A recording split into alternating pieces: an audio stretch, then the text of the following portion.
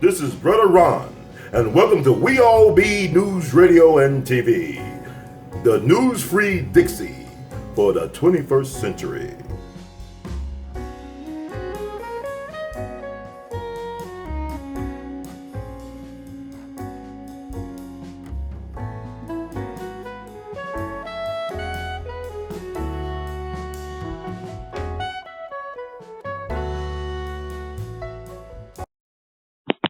Hello, Judge. Are you there?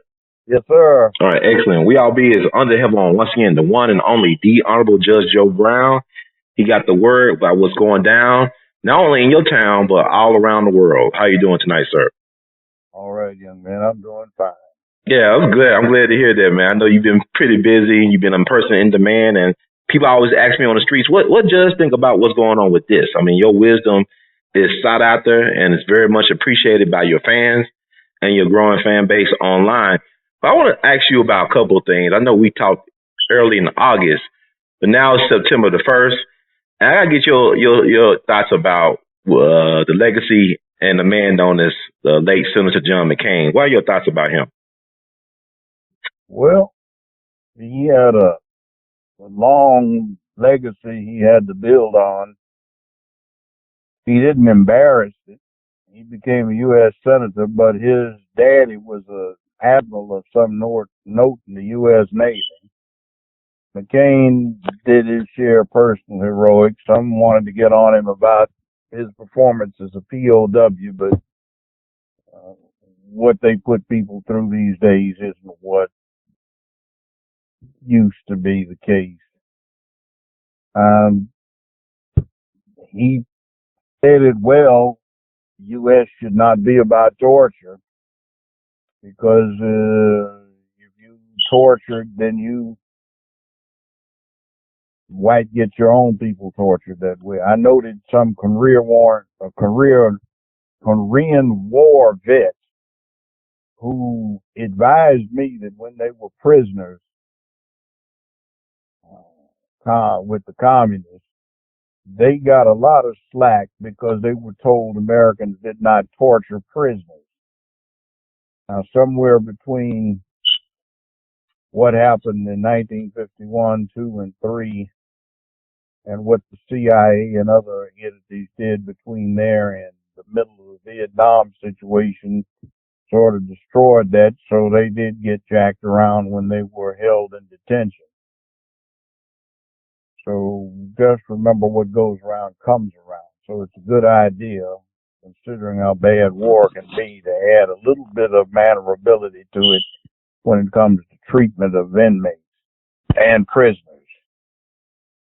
We have done pretty well with our system of due process and the law, and sometimes it's discouraging when bozos who claim to be in the know think that we should abandon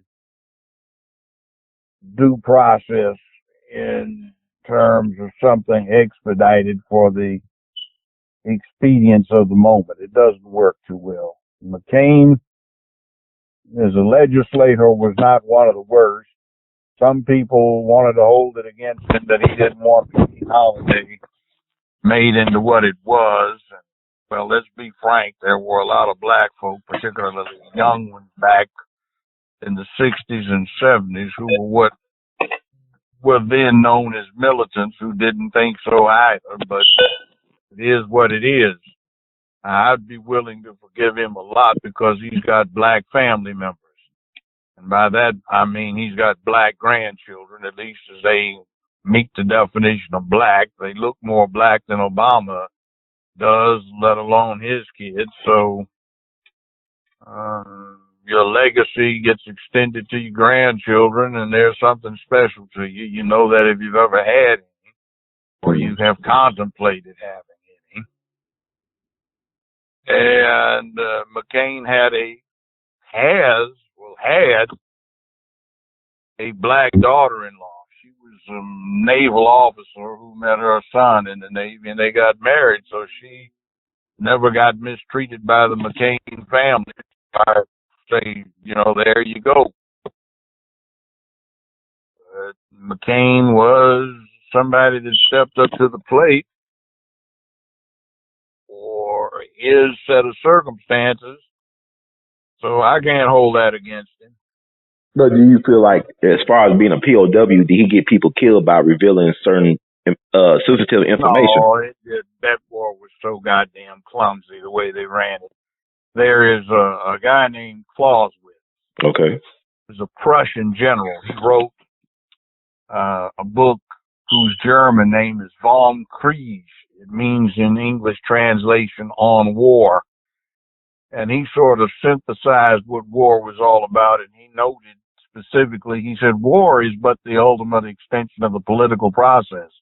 He said, and whether or not you win the war on the battlefield, if it's so unpopular or at home that you wind up getting turned out of office, then you have been defeated. You need to keep all of these things in consideration, and unless you are compelled to fight a defensive war, you should think strongly about resolving any situation with diplomacy before you get to war, since war is but the ultimate extension of the political process.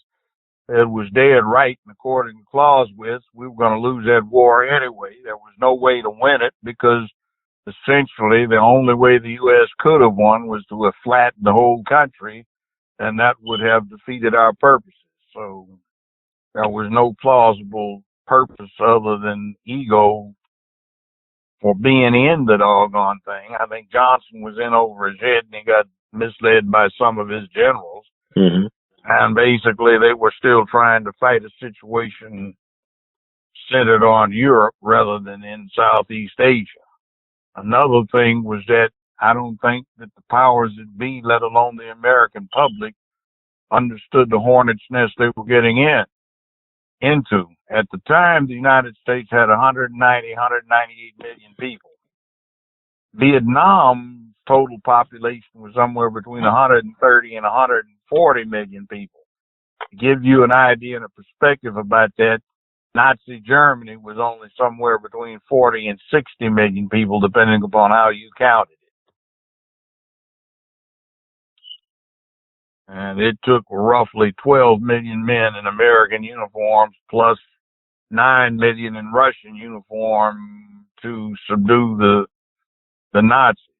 So 500,000, 500,000 wasn't going to do it for 130 to 140 million when it took almost 20 some million to subdue 40 to 60 million.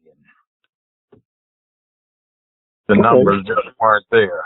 Okay, let me ask you this then. I'm thinking about myself when you said about McCain and about his situation as POW. What if John McCain was a black man from the Mississippi Delta with no type of connections, like a father who was an admiral or had, connections to the White House? What would have happened to him based on the things that people accused John McCain of doing while in prison? Would he have been court-martialed or executed? No, probably not much. If his father hadn't been an admiral, nobody would have paid much attention to him, and he certainly wouldn't have been executed. He wasn't the only prisoner of war, POW, who did what he did. And then you have to give him this consideration. He refused to get furloughed or released early until they released everybody after the war was essentially wound down. You've got an individual here in Memphis who had a comparable situation that occurred some years earlier. He was black. He defected to the Chinese, to the communists, when he was a prisoner of war in Korea, and he became Mao Zedong's principal personal advisor on the black problem in America. Mm-hmm. He wound up getting 6 degrees from the University of Beijing, and his mother got ill, and he came back. He got tried for treason. He got acquitted. And he set up an Oriental food place here for the benefit of those people who actually were from China. And he married the daughter of a deposed Chinese warlord. He died peacefully a few years ago. His name, we know him as Skip, but he was cool and he had a Chinese place. And the real Chinese would eat there when they visited the area. Oh, interesting. That's a hell of a story right there. That should be a movie. Yeah, it should be. Is his relatives still around? Do you have any children or grandchildren? Yeah, he's got several children. What happened to the business? Is it still open or still running? It's been sold. Okay. But I was just talking to somebody about it. Several, actually, but they were Okay. sold. Now, I was just talking to some people the other day. I said, when will black folks start owning like Chinese and Mexican restaurants? It's like all the Chinese people own soul food restaurants when they come here, and they're very popular among black people. Chinese restaurants and the real Chinese diplomats and consulate, when they came through here, that's where they ate. So that's interesting. That's a story that needs to be known. I mean, that's an incredible story, actually. I was thinking about Robert F. Williams too. I mean, was he there at the same time Robert F. Williams was there with his wife Mabel? Well, this was back in the early 50s. Okay. Oh, the early 50s. Okay. So he stayed in China until the Gulf Revolution was over, and then he came back to America when his mother was sick, and he submitted to trial, but he was acquitted. So he ran a Chinese food business. He ran several. Do you think he was utilized by the U.S. intelligence authorities to get intel about China? No, they got upset because he wouldn't say too much. Oh, really? And they allowed him to come back with him? Okay, wow, okay. That's why they tried him for treason, but they couldn't get him found guilty. Okay, let me ask you this then. Let me think about, you remember back in 2004 when John Kerry, who was people consider a war hero, and he protested against Vietnam once he came back. You remember the Swift Boat Veterans for Justice was launched against him? Oh, that was so much nonsense. Mm-hmm. See, I'll give you this. If you are anywhere in the hot fire zone where you can get taken out by a mortar round, a stray bullet, an artillery round, or a rocket, you were there. Mm-hmm. You're going out on regular patrols, you were there. Mm. So that's just carping by people who didn't like his politics. And also, I was thinking about the Vietnam. Yes, sir. Is the only one. You had A.L.L. Gore. He could have gone in as an officer, but he went in as a private. Mm. Oh, served the whole tour out there in the boonies. What about George W. Bush, though? He got, 5 deferments or whatever. Bush was a jerk. One thing about Bush, see, you know all that whole flim-flam about him being AWOL from the Texas Air National Guard? Right. What it was about is they started having such a problem with drugs that they made everybody on flight crew status take a P test once a week. He stayed AWOL because he couldn't have passed it. He was a junkie. He did coke and the herb. See, he was a drunk. He did cocaine and he did herb. And if you go up to where Yale is located and you take the town tour and you look at the entry book for the police department, you'll see all these times they busted George W. for drunk, public drunk and disorderly. Wow. He couldn't get a date according to his frat brothers, and his mama had to get him dates, and half the time they had to go rescue the date when George W. was passed out drunk. And was he? Wow. Bill Clinton were in the same fraternity, but it was not this other one that George W. was in with his daddy, known as Skull and Bones. Okay. Bill Clinton wasn't in that one. But McCain was not a bad character as far as Republicans go, and a lot of Democrats in Arizona supported him over your typical run-of-the-mill Democratic offering, who basically was about who pees in what bathroom rather than actually doing anything worthwhile. Yeah, I like John McCain back in 2000 in terms of the Straight Talk Express when he was running for president. I thought George W. Bush did him wrong in South Carolina primary.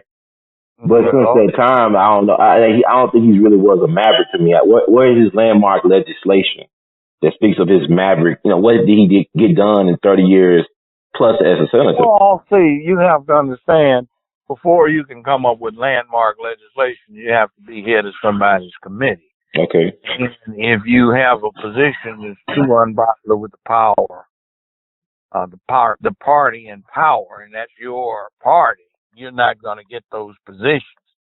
He didn't do badly in what he did support. And I think the Republicans, I predict, are going to make him a scapegoat behind affordable health care. But you have to understand, I don't think they're really going to do too much to affordable health care because we think of it as Obamacare, but actually it was senior Republican U.S. Senator from the state of Tennessee, Dr. Bill Frist, who, when he was Republican Senate Majority Leader, drafted Affordable Care. And basically the primary beneficiaries to what is known as Obamacare are those insurance companies and HMOs that his family founded. See, they founded Blue Cross, Blue Shield, etc. So they're making a killing off of it. Mm-hmm. But you don't get that reported by the press.